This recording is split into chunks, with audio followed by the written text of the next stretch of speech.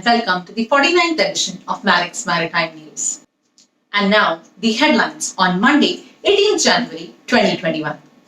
High shipping rates are a new headwind for global economy. Ship insurers raise rates to cover ships in Red Sea. 2021 optimistic projections bolster fresh look in new building activity. Short film turns spotlight on shipping's heroes. Cautious recovery for cruise shipping. Shocks to supply chain are engulfing a wider swathe of the global economy as the pandemic rages on, threatening to stifle Asia's trade-led recovery and making it harder for businesses grappling with soaring freight rates to wither one more year like 2020.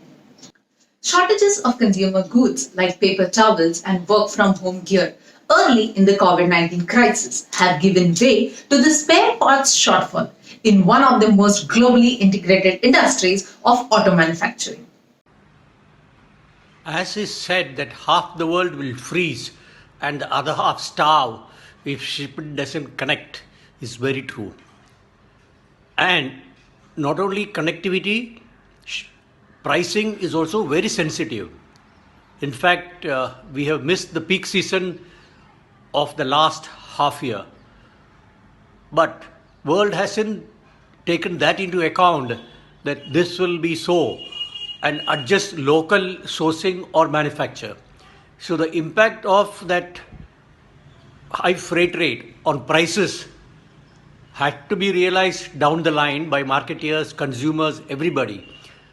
It probably falls in line with some kind of a anti-globalization sentiment also.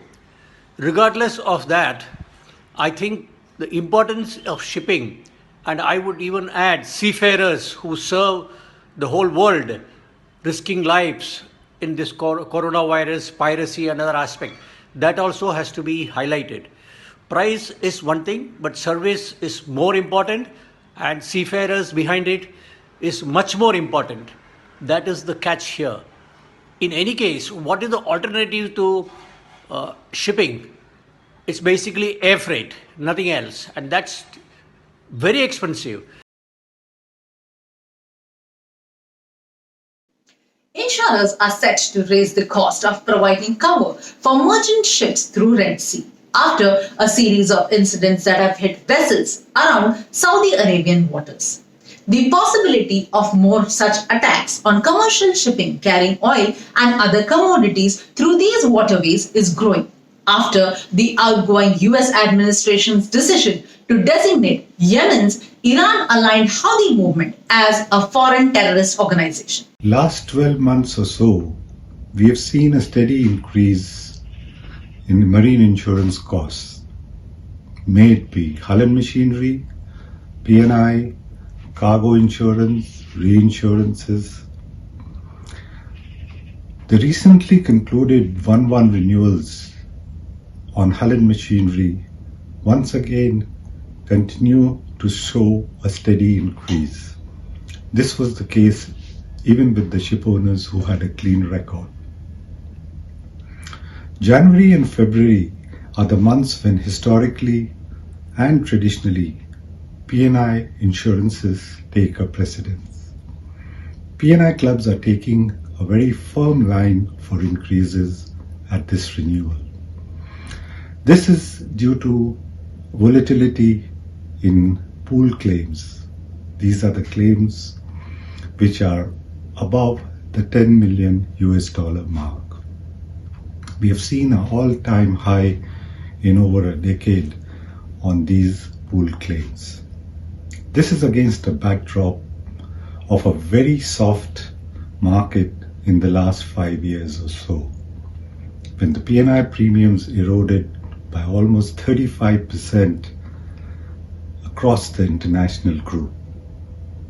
War insurance, on the other hand, saw some reaction in Persian Gulf in the last few years, which caused the premiums to go up.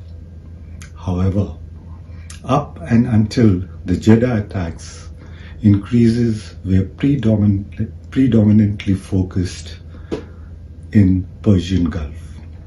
Following attacks in Saudi Arabia, Yemen, Iraq, the entire Arabian Peninsula is with a heightened level of tension. Insurers are watching closely for any uptick on attacks following the US designation of the Houthi rebels as a terrorist organization, which took place last week.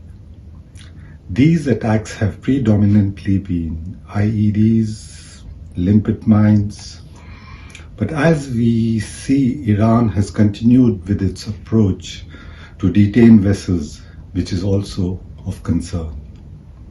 The Joint War Committee had revised the listed areas following the original attack about a year or so back.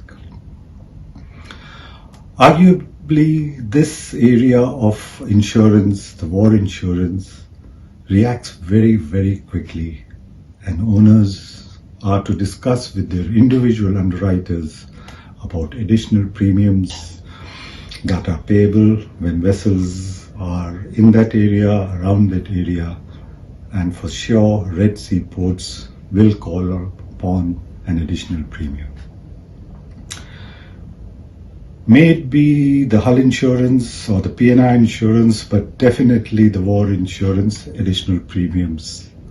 We cannot see the rates going south in foreseeable future. The start of the new year has been rather bullish in terms of contracting in the new building market, while the S&P market has been active as well. In its latest weekly report, Shipbroker, Allied Shipbroking, has talked about an impressive break period for the new building market, with several new transactions emerging during these past few days. In the dry bulk market, we noticed strengthening interest in the Ultramax units, while the orders for Kamsar Maxes and Handy Maxes were also on the rise. The bullish sentiment and the positive momentum seen in the freight market as of late, in combination with the optimistic projections for 2021, has led many to take a fresh look at the new building activity.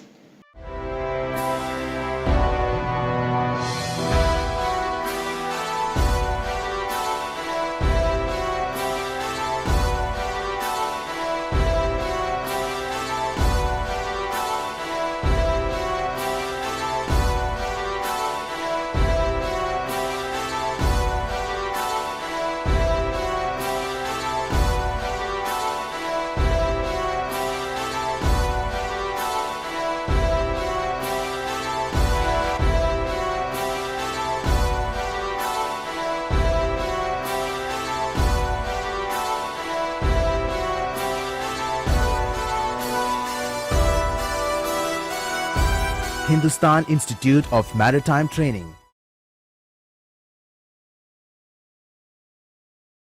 In response to the crewing crisis, BIMCO has produced a short 2-minute film showcasing the vital role shipping plays globally in a bid to increase both public and governmental awareness. At a time when the world stopped, ships kept moving. People still shopped, ships kept on proving. The volume of trade that's moved by sea, 90% of trade, actually. Crops that are weighed, cars that are sprayed, and it's easy to see the impact this makes. Fruit and vegetables, toys and collectibles, wheats and grains, the blood in the veins. Like to land a farmer is, ships are to the sea. And if the world is the heart, ships are the arteries, which stock the pharmacies, move essential commodities. So there's a lot at stake across these seas. Without these routes, half the world would starve, while the other half would freeze. Without these bright-coloured containers, the 4 walls in our house that contain us would be empty. The books we read, the animal feed, the oil we need, the global lives that we lead. No oil, no cars, no essential spare parts. The sea's version of stars, those flickering lights on the horizon. By moon and by sun, but the journey is never done. As a supertanker proves, the distance it moves is equivalent to 3 times around this earth a year. And we are served by over 61,000 ships. The things we buy, the things that shops sell, the 1.7 million seafarers, it's more than just engines that propel this industry. And it's easy to see that a lot is owed to the people that load. 6,000 ports worldwide, but it's not all plain sailing. It's rough seas and piracy warnings and the change that this inevitably causes.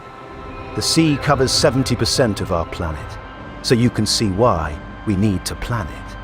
A global community of knowledge and passion. From salt and sugar to the latest fashion, our ships keep moving products we love using. Ships make the world go. They help trade flow and let business grow.